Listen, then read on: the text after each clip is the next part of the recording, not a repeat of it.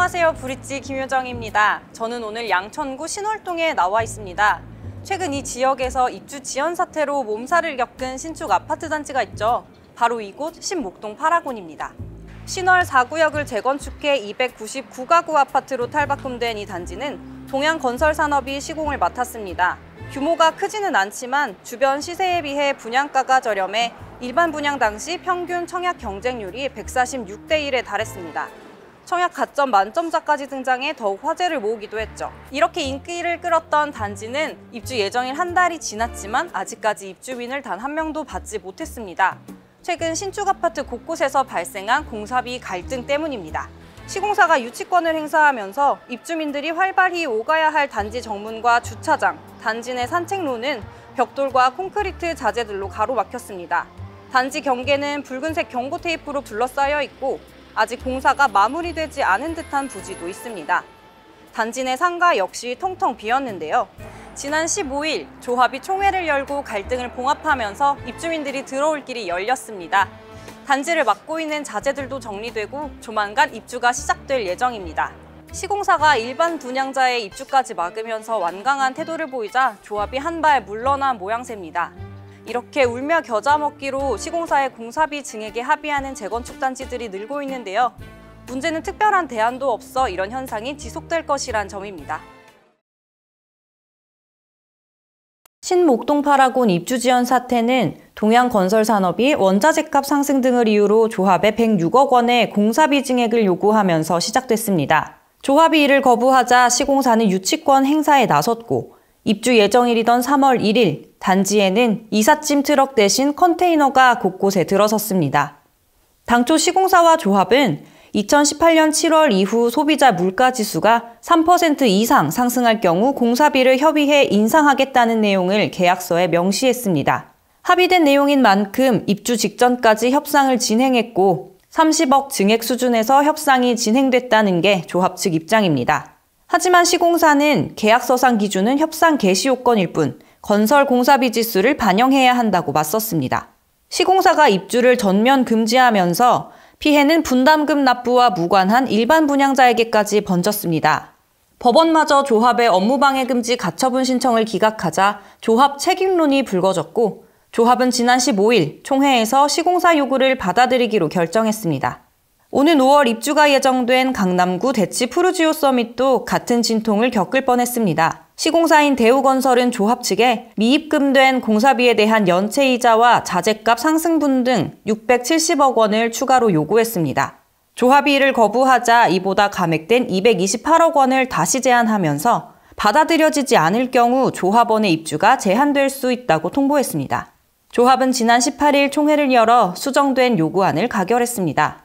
부산에서는 4천억 원대 공사비 증액을 외친 시공사도 등장했습니다.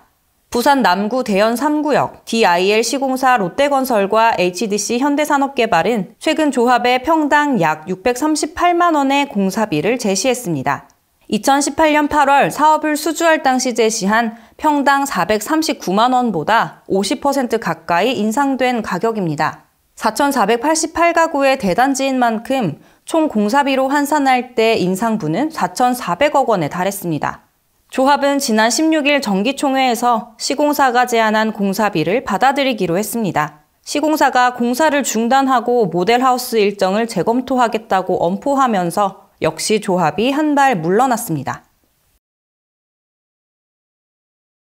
통상 시공사와 조합은 계약서에 물가 상승분을 반영하지 않는다는 내용의 특약을 넣습니다. 신목동 8하곤처럼 공사비 증액 가능성을 열어두는 경우도 있지만 수주를 따내기 위해 조합에 유리한 내용을 포함하는 게 일반적입니다. 대우건설 역시 대치 푸르지오 서밋 계약 당시 착공 후 물가 변동으로 인해 계약 금액을 조정하지 않는다는 조항을 넣었습니다. 하지만 유례 없는 건설업계 불황 앞에 특약은 무력해졌습니다. 2020년 코로나19 팬데믹을 시작으로 러시아, 우크라이나 전쟁, 또 이로 인한 원자재값 상승과 금리 인상이 연달아 터졌습니다. 건설 공사비 지수는 2020년 1월 118.30에서 올해 1월 150.87까지 상승했죠.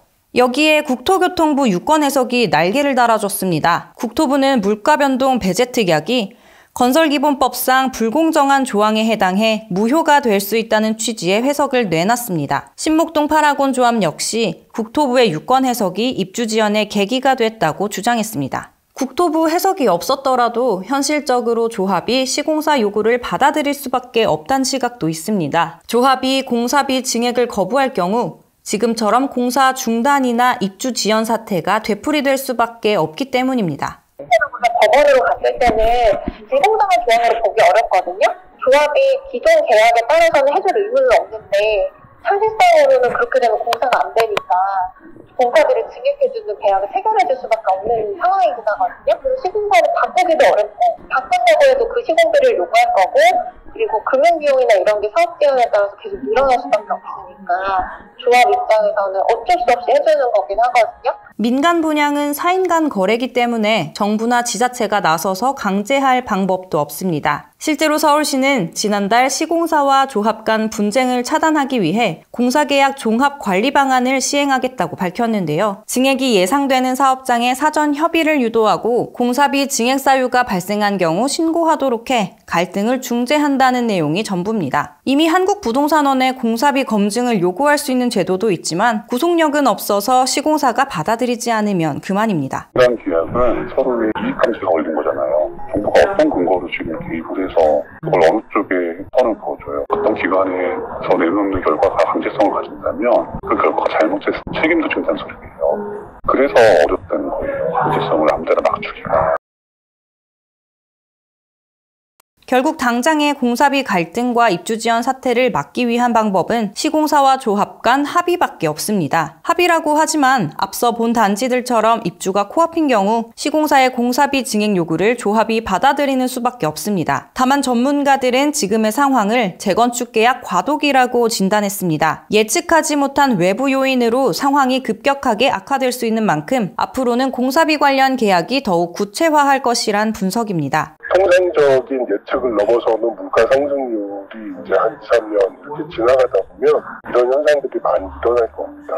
몇 년 사이에 공사비가 평당 100만 원 이상 올라간다 이렇게 치니까 조합 입장에서는 사실 이제 돈을 갖고 시작하는 사업들은 아니다 보니까 시공사들이 입찰을 볼 때 굉장히 보수적으로 하게 되죠. 시공계약할 때도 되게 많은 여지를 둬야 사실은 공사비 증액과 관련해서 웬만한 기본 공사비에만 포함된 거 되게 조금 넣어놓고 설계 변경, 특화 설계 막 이런 것들은 다 이제 별도 공사비로 하게끔 돼 있거든요. 이게 공사비 협상이나 이런 것들도 서울시도 시공사가 합법적 범위를 벗어난 권한을 행사할 경우 벌점을 부여하고 벌점이 누적되면 시공사에 페널티를 주는 방안을 검토 중입니다. 공사비 갈등이 반복될수록 신뢰도가 떨어지고 정비사업 참여도 제한될 수 있는 만큼 시공사에서도 수주만을 염두한 조건이 아닌 현실성 있고 합리적인 조건으로 재건축에 나서야겠습니다.